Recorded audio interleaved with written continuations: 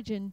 People eat their biggest meal at night, dinner time, around 10 or 11 o'clock at night. It's crazy. Then they go to bed. They have so many stomach problems, obesity is high there, and they are not hungry for breakfast, because their digestive system is still working the next morning. They didn't finish the work and they go to sleep. So that's the biggest amount of insulin. That's when the body's going to process and transform into energy all that you eat. Then the next peak of insulin is between 12 and 2 p.m., and that's already half of the amount that you had in the morning. It's not as much. Why? Because you're only going to work half a day. You already worked half of the day. You don't need a full day's energy. Isn't that amazing how God, he even created an alarm system inside of us. It blows my mind. And then the third peak of insulin in between 5 and 7, very little, almost nothing. So what happens when we eat a big meal after that time, or at that time actually, there is very little insulin. So it cannot transform what you eat into energy because you're going to sleep. You don't need energy. So what it does, it transforms into fat. How about that? Yep. And how many years we've been doing that? I mean, I didn't know when I learned it. I had heard before doctors saying that we shouldn't eat after 5 or 6. We should eat nothing, zero, just water, nothing. Because whatever you eat, it's not going to be processed into energy, so it changes into fat. So maybe you're skinny like me, but that doesn't mean you're healthy. You could be loaded with fat inside like I was. Especially if you're eating at night. That's what is happening. So hopefully this will help you to become conscious, to change things around. This is not me saying this. This is science saying this, and it makes sense. And our ancestors, the old people, they had some wisdom, and this passed on through many generations. So now I have the privilege, like I shared with you, to visit many lifestyle centers, Seventh-day Adventist lifestyle centers throughout the world. And they follow the 8 natural remedies. And their foods are amazing, delicious, and plant-based diet and exercise. It's just amazing. And there's this Savisa is the biggest one in Brazil. They have 200 employees. It's huge. And it's an amazing place. And I usually spend 2 weeks there teaching once a year. And so this is what they recommend based on the latest researches from Harvard and different universities. Breakfast, where is the highest peak of insulin. Half of your plate should be fresh fruits, raw. Remember, I've been saying that. God's food. In the Garden of Eden, that was it. Fresh fruits, fresh vegetables. They are alive. They have enzymes. They have antioxidants. They have probiotics. And so many different nutrients. Raw. When you cook them, the vitamins are gone. So yeah, they still have some benefits, but not as much as if they were raw. So as we're praying for God's help to change our appetite, change our palate, He will give us the desire and the pleasure, the healthy pleasure of eating the foods that He created. And I tell you, I'm sure you felt this way before. If you start asking every time you're going to eat, what is this going to bring to my body, health or diseases? And if you're eating healthy, you're going to say health. Am I honoring God with this choice? Yes. That brings a pleasure, a contentment. I don't know how to explain, but a feeling of a contentment, happiness, because you're being an obedient child. And somebody made a comment a few months ago that I hadn't thought about. It was like, wow. When we obey God, when we are He gave us the commandments, but He gave us the laws of health too. And if we follow those laws, there is a reward. We're going to be healthy and we're going to be happy. And it is an act of worship when we are taking care of our body. We are worshiping, we're glorifying God when we are taking care of our body, when we exercise, when we sleep, when we are breathing fresh air, like the 8 natural remedies that we talked yesterday, and we'll talk in more details tomorrow. But every time you are applying those laws of nature, you're glorifying God. It is an act of worship.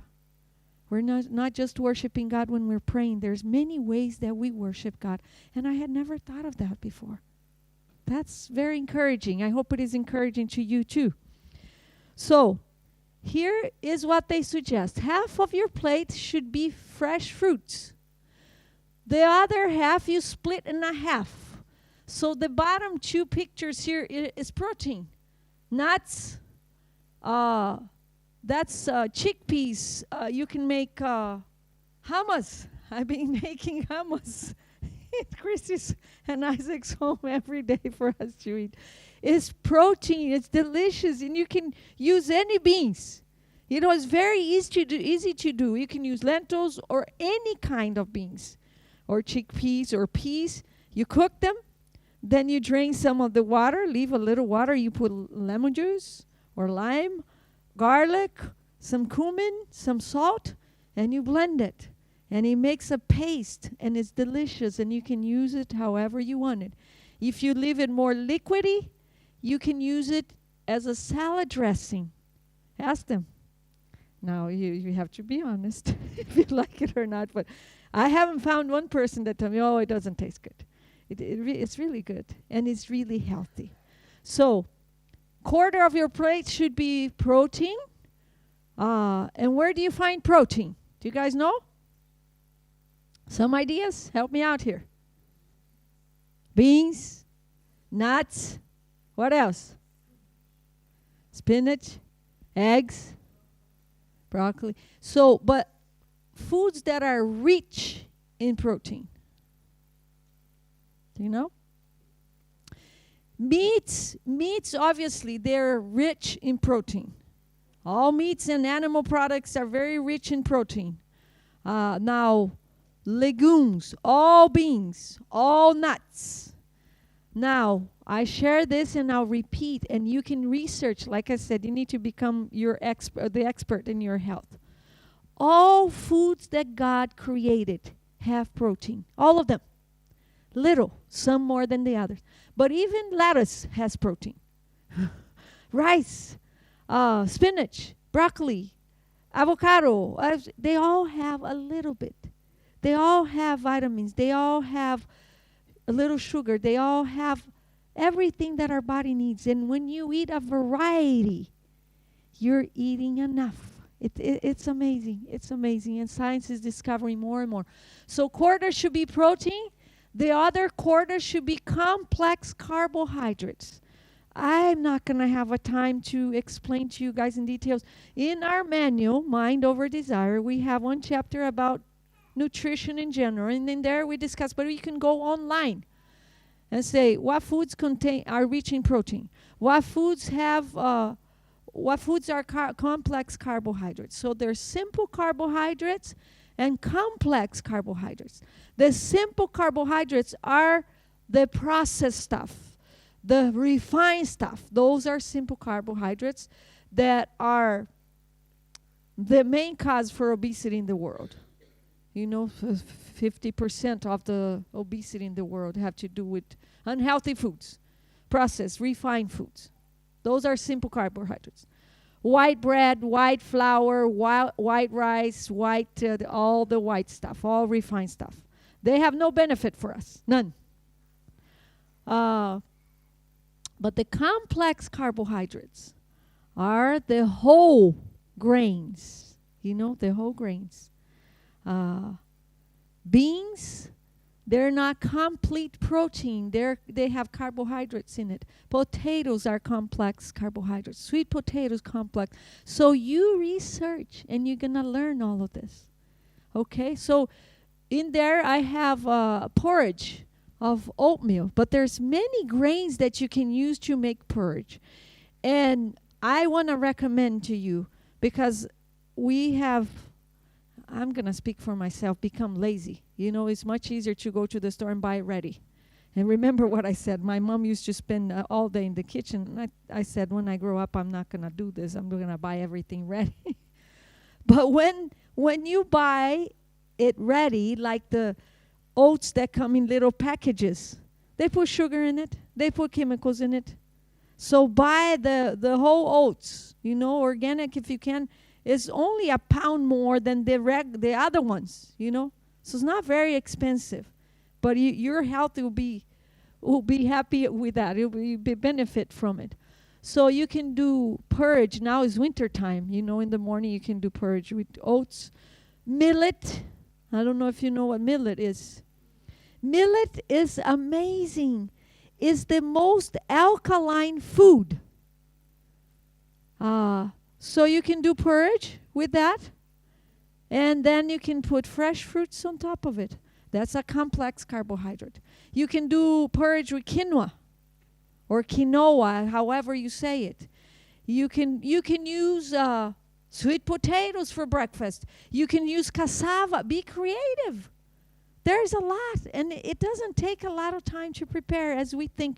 Like I said yesterday, how much does it take to wash a fruit and eat it? You know, not much. So be creative. Breads. Today I went to the supermarket and I was just comparing. We got a bread that has 7 ingredients instead of, it's whole wheat. There's many other whole wheat breads, but some had 30 ingredients. The other ones had, the least was 17. This one had 7. So read. If you cannot pronounce it, it's poison. Don't buy it. Remember what my friend used to say. So if you can't make it, it's even better. Online and you find it. I learned to make it on YouTube. What do you guys call it? Flatbread in Africa. There is a name. You have it in your house. Chapati. It's very easy to make. You can make it. That's complex carbohydrate. You know, satsa, the whole meal satsa, you can eat for breakfast. Not a lot. But you can, that if you're going to eat satsa, the breakfast is the time to eat it, you know. So, but the whole meal, because if it is refined, then, you know, it's going to affect your intestines. The refined food, they will slow down your intestines, so you get clogged up. Not the whole wheat, whole grain. It has a lot of fiber. The complex carbohydrates are loaded with fiber, and that's what our body needs. Our body needs the fiber. Okay, lunch. Remember, lunch, half of the insulin already. So you don't need to eat as much as you ate for breakfast. Half a plate, raw salad. You can be very creative. You know, today I made black-eyed beans. It's funny. It's different. Here you guys call chickpeas. In the U.S. we call garbanzo beans. Now here you call it black-eyed beans, and we call their black-eyed peas. So I get confused when I'm speaking. But anyways, I cooked it. Then I cooled it off, and I chopped tomatoes, not cilantro, you guys call it coriander, fresh coriander, avocado, onions, garlic, zucchini in little cubes. You can put cucumber, whatever you wanted, really. Sweet peppers and lemon, salt. It tastes delicious and it fills you up. You know, it's delicious. So you can do it with any beans. You can make that salad. And then eat some leaves Half of our plate should be raw. Now, those that are not used to, I see somebody looking at it, you need to pray a lot, because just eating cooked foods, they don't have all the benefits. They don't have the vitamins. They have other benefits, but it's important for us to have a balance. So maybe make hummus and then put some water in it so it becomes more liquid. So then you can put as a dressing in the salad. So it makes the salad more tasty. That's what I use. And then, again, quarter of your plate should be protein. So beans, any kind of beans. If you eat meat, then that's what it's going to be. And complex carbohydrates. There's sweet potatoes over there. You could use brown rice. You could use barley. You could use, there's so many things. Spelt. I don't know if you have ever used a type of wheat, but is a very healthy one. Kamut. You go to the health food store and they have all kinds of, help me out here if you guys have any other ideas. You can use quinoa as rice instead of the brown rice. Quinoa is a complete meal. Is a carbohydrate and high in protein. So it's a complete protein, quinoa. It has a strange flavor for whoever never tasted. But you pray, because you know what? The things that are not good for us, we get used to it and love it. But that's poison for us. So we really need to pray and ask help for God to help us to like it. And it's not going to be on the first time you eat it. You need to test it several times and keep praying and keep reading the benefits, because that is going to help you make a conscious choice. Keep looking in the internet. What are the nutrients? So another one that they use, I was in Russia for 10 days just a few weeks ago. They don't eat rice there. They eat buckwheat. Do you know what buckwheat is? So it's a type of grain. It's a strong taste. But when you read the benefits for people who have diabetes, it's very good. It strengthens your immune system. It's high in protein. It's just really good. But again, you need to train your palate, because if you've been eating processed foods, if you're not going to like a lot of God's food, we're not going to like it because our palate is distorted. Dinner. No food rich in protein, because protein takes longer to process, okay? Even though you're going to eat between 5 and 7.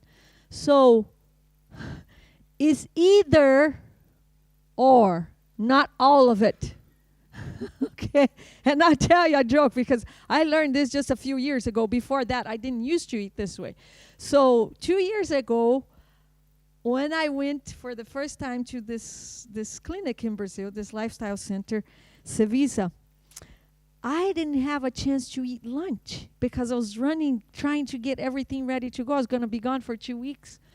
So I thought, I had been there before visiting. And I ate their food, and it was delicious. So I thought, that's fine. There's going to be a banquet at dinner. I'm fine. So I get there, dinner time. I was hungry, starving. There was a table with fruits, beautiful table with fruits, a table with salad, and a table with soup, vegetable soup. So I thought, okay, I'm going to eat salad, then soup, then fruits for dessert. So I got my plate of salad and ate. And then when I went to get my soup, they said, you already had your dinner. It's like, what? It's one or the other. I went to bed hungry that day because I couldn't have whatever I was having, So they explain another thing that you can research, but it helped me also because I didn't know. It makes sense. It's just we're on an autopilot that we're not studying, we're not reading. So how are we going to know these things if we're not looking for it, if we're not researching? If you eat the cooked food before you eat the raw, it'll ferment in your stomach because the cooked food takes a lot longer to digest. So eating fruit as a dessert, it'll give you gas. It'll ferment. It'll cause problems. You'll be burping. It'll cause problems. It makes sense. Think about it. The cooked food might take 2 or 3 hours or more to digest. And then you eat fruit on top of it. It's just going to be sitting there at a high temperature, 36 Celsius. It'll be just rotting in there, seriously. So that's why they say you eat the raw first, then the cooked. It'll prevent some gases, some issues, digestive issues. Very interesting. I didn't know that either. So like I said, I'm passing it on. I know it's a lot of information. I don't want to overwhelm you, but you need to continue your research. So one or the other. Now, for those that have diabetes or pre-diabetic, they recommend, and I was sharing with you about this lady in Birmingham that switched her. Did I share with you guys? I think I did. That she had diabetes over 20 years and was injecting insulin. Did I share that with you? No, maybe I shared with some people, but not. So anyways, they are recommending not to eat fruits in the evening for those that have diabetes or are pre-diabetic. Eat the fruits in the morning, okay? So then if you are going to have a third meal, you don't need to have a third meal because your insulin is very little. But if you feel like you need something, then have a salad or some vegetable soup, okay? But no fruits. I met this lady in one of the churches in Birmingham, and she was sharing her testimony that Dr. Ng, he's from Korea, but he lives in the U.S. He is retired. He's a medical doctor, retired, and he's traveling the world giving lectures, especially for diabetics. And so he was there for 10 days. And he worked with her. She was eating every 3 hours like her doctor recommended. And taking insulin, her sugar level in the morning with the insulin was 17. The normal rate, it should be between 4 to 6, right? Hers with insulin was 17. It was very high. Sometimes it was 22. You could die, you know? And so he said, you know, I want to suggest something. If you're really serious about getting rid of diabetes type 2 that has cure, you know that? You don't need to live with that. It has to do with what we're eating in our lifestyle. I'm sorry to tell you that, but that's what it is. I was toffee. Why? Because of my lifestyle. We have to change. So he told her, he said, you know, you can change that quickly. You need to pray, and you need to have, are you sick of being sick? She said, yes, I'm sick of sticking needles on myself every day. Okay, then, let's change the picture. You're going to eat 2 meals a day. That's all. 2 meals a day. And you can go online on YouTube, put his name on it, and you're going to watch his lectures. And if you want, I can put you in contact with her, because she said I can talk to anybody that needs this. You're going to eat 2 meals a day. Whatever you're eating for dinner, you're going to eat at breakfast. She said, well, I eat brown rice and beans and vegetables and salad. Okay, you eat that for breakfast. Because she was eating dinner around 8 or 9. And he said, so you should eat that around between 7 and 8. And then your second and last meal should be no later than 2 or 3 p.m. That's it. No fruits. If you eat fruits, it's going to be in the morning. No fruits in your second meal. And just water after that. Can you handle that? She said, I need a lot of prayer. But I don't want to be sticking myself anymore. Okay? 2 days after she did that, guess where her sugar level went down to? 7. It's been, I think, 3 months. After a month, her doctor took her off the insulin. He's like, you don't need no insulin no more. Her sugar level is usually 6 in the morning. She eliminated, I think, 30 kilos. 30 kilos? Maybe it's 30 pounds in 2 or 3 months. And she continuing. So she's so happy. She's so happy that she doesn't have to take the insulin anymore. It is possible. It is possible. But we need to pray because it's hard for us to change what we've been doing for 20, 30, 50 years.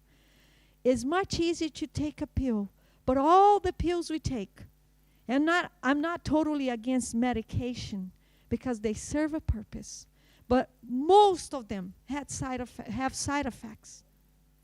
I think all of them, I don't want to say all of them, but I remember my father-in-law. He used to take 30 pills per day. Per day. Because he would take this pill for this thing, and then the side effect was this, so he would take a pill for that side effect, and that had a side effect. 30 pills a day. I mean, his stomach was just, he had ulcers, all kinds of, he died of stomach cancer. So, diabetes, all kinds of heart problems, but he wasn't ready to change at all. Didn't want to change. I would talk to him. His breakfast, he used to inject insulin so he could eat his breakfast. His breakfast was a Snickers bar. That was his breakfast. So then what can you do? Like I said, we have no idea how Satan enslaves people. It's easy for us to judge and say, well, how can they not change?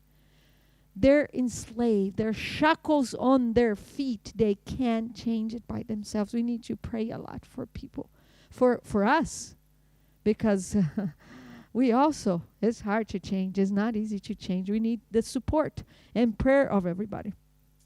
So now we're going to talk a little bit about diabetes. And here is just some of the symptoms of diabetes. Always tired, frequent urination, sudden weight loss, wounds that won't heal, sexual problems, always hungry, blurry vision, numb or tingling hands or feet, always thirsty, vaginal infections. These are some of the symptoms. If you have several of them, please go check your blood sugar, and see what's going on. Because if you've been eating a lot of processed foods, you're getting close to probably being pre-diabetic. If you're not already, it's serious. It's a serious thing. And here's just different types and causes of diabetes. We're just going over quickly. So the first picture there is the pancreas is the one that creates the insulin, okay? So it produces the insulin, and like I said, the insulin is like the key that opens the door of the cells to receive the foods that you ate, receive the glucose of the foods that you ate and turn into energy, okay? Glucose, sugar. Type 1 diabetes is either it doesn't produce insulin or it produces very little that is not enough to open the cells to receive the glucose to transform into energy. So that there is no cure for type 1 diabetes. But with the healthy nutrition and exercise and healthy living, you can better your situation. I mean, you can definitely change the picture. You don't need to take as much as insulin, or very little. Type 2 diabetes, lifestyle. What happens is the insulin is blocked, usually fat. I'm surprised I didn't have diabetes because I had so much fat in my body. And so the cells are surrounded by fat, so then the insulin cannot penetrate, cannot open the door for the cells to receive the glucose. So that's, do you want to add anything, Tsitsi? Yeah? Okay.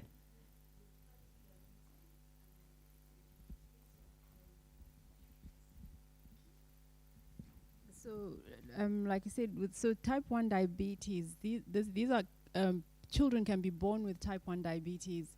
So they cannot at all produce, the pancreas does not work. And so they need insulin right from a young age. And this is lifelong. But with type 2, your cells become resistant to the insulin. So if you produce too much insulin, with time, your cells become resistant to it just because you're producing so much. And therefore, that's when you start by having medication to try and increase the sensitivity of your cells to the insulin. So you do produce it, but then your cells are not actually responding to it. And with time, that can require insulin as well. So I heard of a case in Russia when I was in Russia. This lady, I heard. Thank you for sharing that. She has gestational diabetes type 1 when she got pregnant. She got this diabetes type 1, and now the doctor wants to put her on insulin. So I have heard people that got as an adult onset of diabetes type 1 also. So, but it can be hereditary also, right? The type 1. So anyways, the type 2 is much more manageable. So definitely exercise and healthy nutrition will help this situation. Causes of insulin resistance. Okay, there you go. Number 1, diets rich in fat. For many years, they thought it was sugar. Well, but sugar turns into fat. So we eat sugar and we eat fried things and all, and there's fat on most of the foods that we buy, the processed foods, there's fat in it. And a lot of them trans fat. You know, this is the worst fat. Now, the visceral fat is the worst fat. It's deadly. Is this fat in this part of our body, around our organs? What I had is the visceral fat. It's deadly. We don't want that. Maybe it doesn't show, or maybe it shows. Maybe it's inside and you don't know, like I didn't know. So it is a concern. You need to be working on that. So they're saying fat is one of the main causes for most diseases now. The bad fat. You know, obviously there is good fat, like the natural fats that our body needs. There are a percentage of fat that our body needs, but we're an overload of fat. Second, diet rich in empty calories, simple carbohydrates, processed foods, drinks, especially sweets. They're loaded with unhealthy things. Sugar causes harm to our brain just like other drugs. Do you know that these are pictures of the brain?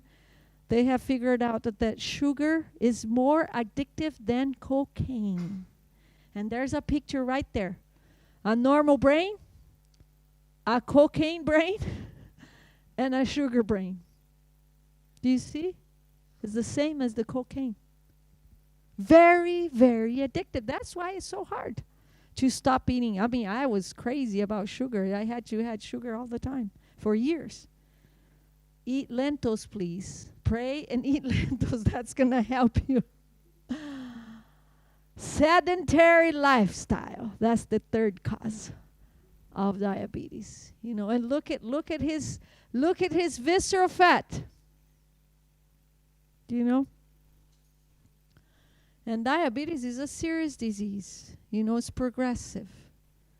It can kill you. How to change the picture? Nutrition rich in fiber. Remember, we talked about that a little bit yesterday. What are the foods that are rich in fiber? Apples. What else? God's food are rich in fiber, all of them. Grains, nuts, vegetables, fruits, the legumes, they're all rich in fiber. They're all. Meats and its products don't have no fiber.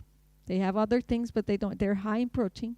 So if you're eating meat, please make sure you're eating lots of fruits, vegetables. Nutrition very low in fats. No fried foods.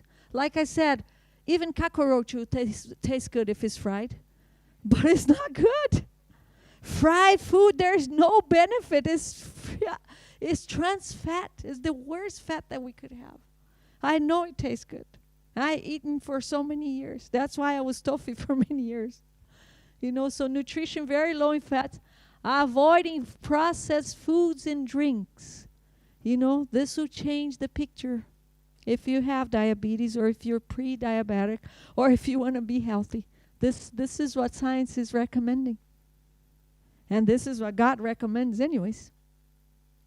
Staying physically active. We talked about that yesterday. So instead of taking the elevator or the lift, here you call lift. I'm sorry. I keep forgetting. There's many different words. Walk up the stairs. Sweep your house, not under the rug like the ladies doing there. Sweep the house. Vacuum the house. Wash your car instead of taking to the car wash. Buy your groceries and walk home. Different things. Find things that you can be active on a day-to-day basis. Walking. Wow. I read this and it just hit me. Actually, this week I'm reading. I have never read this book that counsels on diet and foods. And I'm reading now. And I just found this and it's like, wow. No mere restriction of your diet will cure your diseased appetite. Our appetite is diseased, broken, distorted. The power of Christ alone can work the transformation in heart and mind that all must experience. Wow. This is what I've been saying to you guys. There is no victory over any addiction, food addiction, whatever addiction, without being on our knees, without prayer. So here it is, in so many words. Counsels on Diet and Foods, page 35 to 37. You guys can take pictures if you want.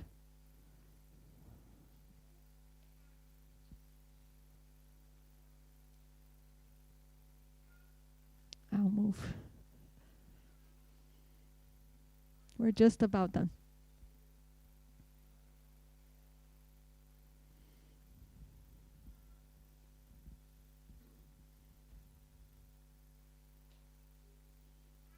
So some of our recommendations. Every day I'm sharing some of the recommendations we have in our program, in our manual. We created the stop sign in the last page of our manual to help people become more conscious before they put anything in their mouth. So we recommend that you put this picture in your in the door of your refrigerator, in your cupboards, wherever there's food, maybe in your closet. I don't know if you hide chocolate there or whatever you're hiding there.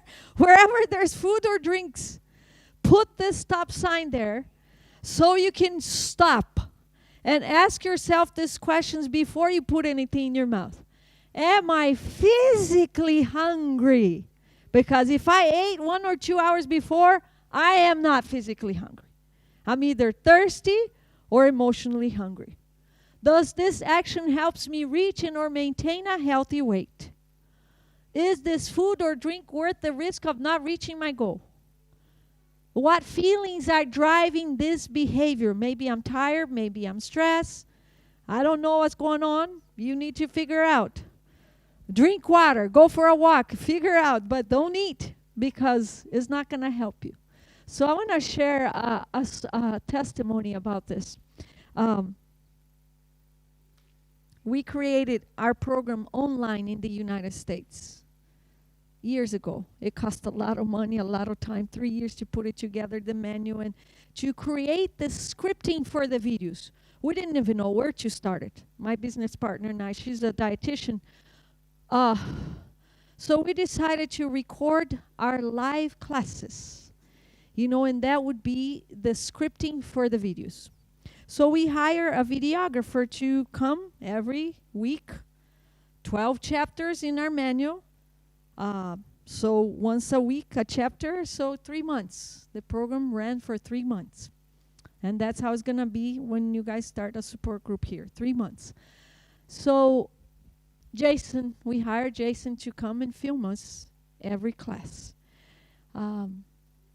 We noticed when he came that he was 60 pounds, 30 kilos overweight. But he didn't come to be part of the program. He came just to film. So, okay, he came, he filmed, and by the time we were done, we gave him as a present our menu and recommended that he would make a copy of the stop sign and put in his refrigerator cupboards wherever there was food. So we didn't see Jason for 6 months. But then we needed more DVDs, so I called him and I said, Jason, can you bring us some more DVDs? He came, and he said he'll be there in 15 minutes. 15, 20 minutes, half an hour, 40 minutes, Jason was not there. So I went to the reception in our clinic to see where was Jason, and they told me, we haven't seen Jason. There was a guy sitting in the reception. Nobody recognized him. So I went to see what this guy needed. He looked at me, discouraged. He said, Rachel, this is Jason. I was shocked. I was like, Jason, what happened? What did you do? He looked down and he said, if I have to pay, I'll pay.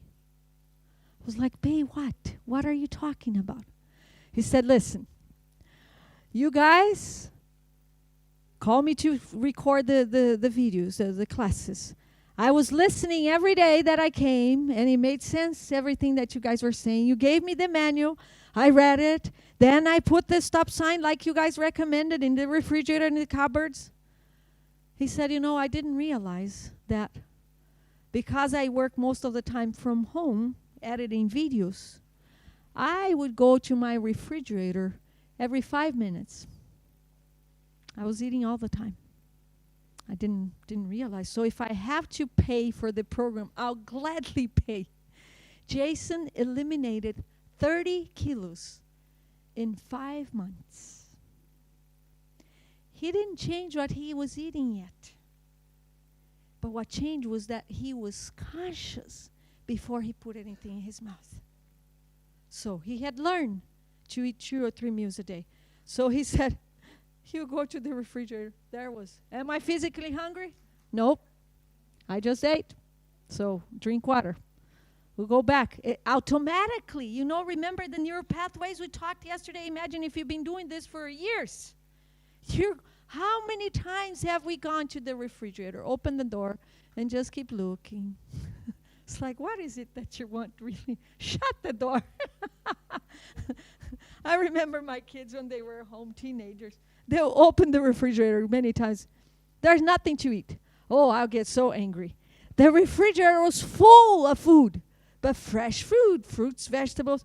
They didn't have junk in there, so that's what they were looking. But remember, when you're craving something, it is not physical hunger, it's emotional hunger. And emotional hunger is a bottomless pit. It doesn't matter how much you eat. You can eat the whole refrigerator and it still is not going to satisfy you because it's not physical hunger. So another thing, and we're just about done, be patient. This is what we recommend. It took time for you to gain your weight or your fat or to create a habit. It is going to take some time to eliminate it. Start changing 1 to 2 things at a time and begin with the easiest one, not the hardest one. Because if you start with the hardest one, you will give up soon enough. So if you're already drinking lots of water, like I was drinking almost 3 liters of water, then start sipping. Put an alarm on your cell every 5 minutes so it reminds you to sip. Whatever it takes to help you. And do it repetitively. Remember, repetition is what creates the neural pathways that are habits. So then you get encouraged once you're already doing it that you don't even think about it, then you can go to the next one and the next one. Don't try to change everything at once because you will fail. Sometimes people come to the lectures and they're so encouraged and they want to change this, that, and the other, and they'll start, but then don't continue. So start 1 or 2 easy ones and keep repeating for 30 days at least, until you see that it became a habit. Then you go to the next one and the next one. This is very helpful.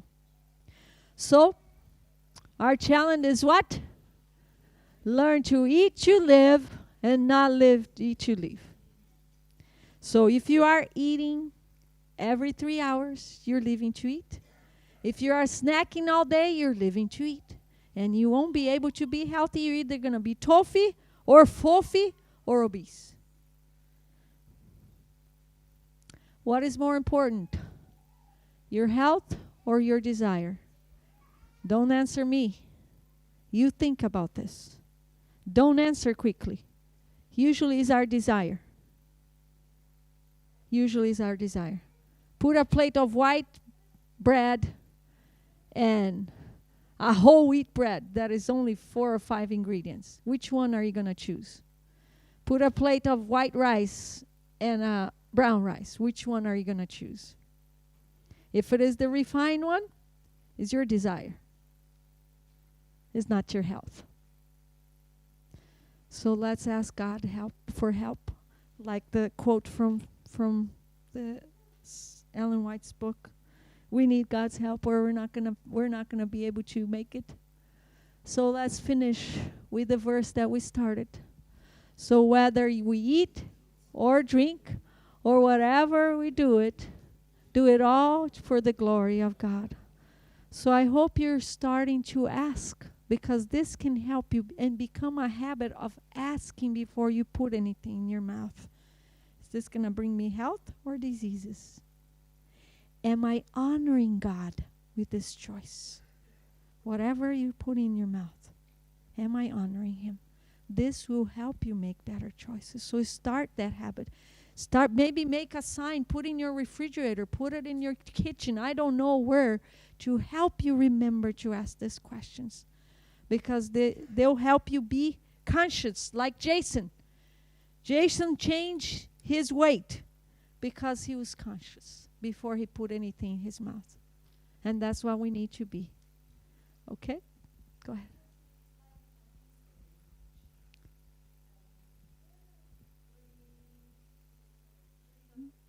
The 3 peaks of his? Sure. You want to take a picture? You guys can take a picture. There. There you go. You're welcome.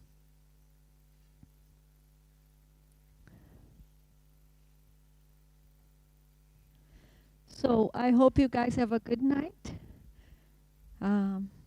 We have 2 more nights together, and then I'll be gone. But I hope that my visit here will bear fruits. I want to hear from you guys. Please take a picture of my WhatsApp, my email. I want to hear from you and know how you're doing, and that you're sharing what you're learning with others. Remember, there is no victory over any addiction without God. There isn't. There is no way. I have tried. People have tried. There is no way. We need His help. So you may be thinking, but I don't need to ask Him to help me eat brown rice. Why not? I don't need to ask Him to eat beans.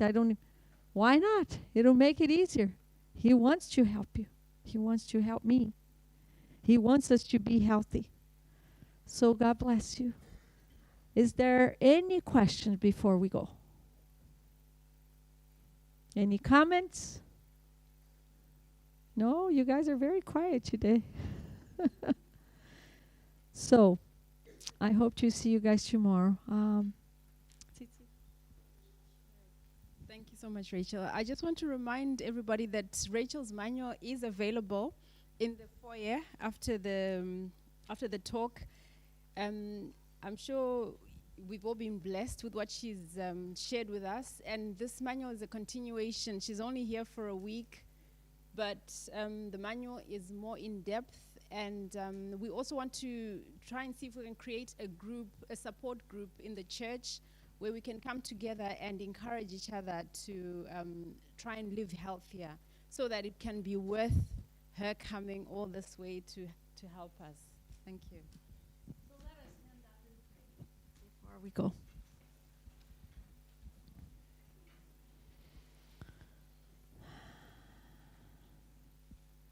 Dear Heavenly Father, thank you so much for one more day, one more evening that we spent together learning more about your will for our lives. Your will that we are healthy physically, emotionally, spiritually, and that we can help others do the same. Please forgive us. We fall every day. We sin every day. We continue to do it even though we don't want to do it. But we know that someday when we go home with you, we will not sin anymore. We will live a perfect life. No more death, no more sorrow, no more separation, no more sadness. Living happily ever after with you and our loved ones, hopefully. Help us to prepare for that day, Lord. Help us to understand that what we put in our body, that is your temple, affects us not only physically, but mentally, emotionally, and spiritually. Help us to understand that Satan is using food and drinks to enslave us, to control our brain. Please, Father, cure our appetite. Our palate is diseased, like you said through Ellen White. It's distorted. The things that are healthy for us, many times we don't like, and the things that are not, those are the ones we like. Please change it for us. We can't do it by ourselves. We need you to do it for us. Help us to surrender ourselves to you every day so you can transform us. Thank you, Father, for listening, for always being there. Help us to have a good night and good dreams and take us home safely. We ask these things in Jesus' name. Amen. Amen. I'll be here for a few minutes if you guys have any questions.